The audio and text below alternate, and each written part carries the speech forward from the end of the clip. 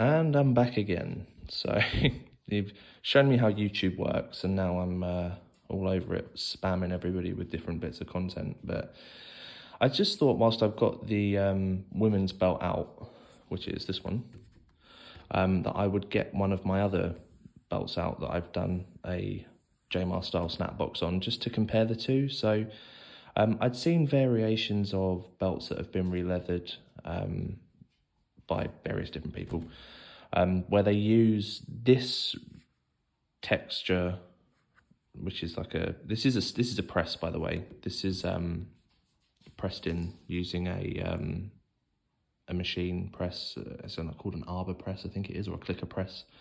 Some people call them different things. But it's basically a template of the whole Snapbox, and this texturing is in between. There's no way that you could hand tool this and make it look like that. It would be near on impossible to get it like that. Very, very difficult. And JMar started using that after 2002. I believe the first belt that he ever used that on was the V1 Undisputed belt. This was what his Snapboxes traditionally looked like before that. So Big Eagles, Intercontinentals, Europeans, WCW US, which is what this belt is. And also the ratios are something to pay attention to as well, because I've seen a lot of Big Eagles, for example, that get re-leathered with a 2x8 and a 2x5 snap ratio, and that's not accurate. People might prefer that because it's a little bit shorter, but they're not TV accurate. So if you see any Big Eagles that have been tooled with like this, for example, I think there were some American leathers that I've seen which have had it as well, and it might just be a personal preference. People might like it. It is nice. It is a unique sort of feel to it, and it has an element of depth to it. And I can pick it up on the camera.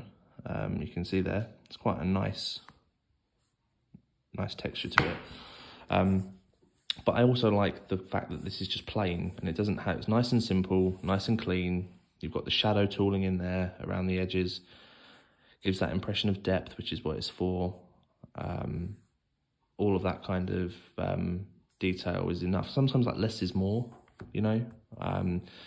But it certainly didn't have this pattern. So if you ever see a plain Snapbox like this, and it's got like this floral pattern here, and the other little floral patterns around it in this area, that's either like customer request or just something that's been missed, because none of these belts ever had, none of the belts with the plain Snapbox had this pattern here. So I just thought those quickly, because I had them in hand, just a little quick video to show you the difference between the two. But equally, both look nice, and I think they're suited and fit into the belts that they are attached to. But yeah, there'll be a few little more videos that I do like this, where I provide you some bespoke content for bits and pieces that I find and come across as I do them. So yeah, keep your eyes peeled for that sort of stuff, and I'll let you all get back to your weekends. See you again soon.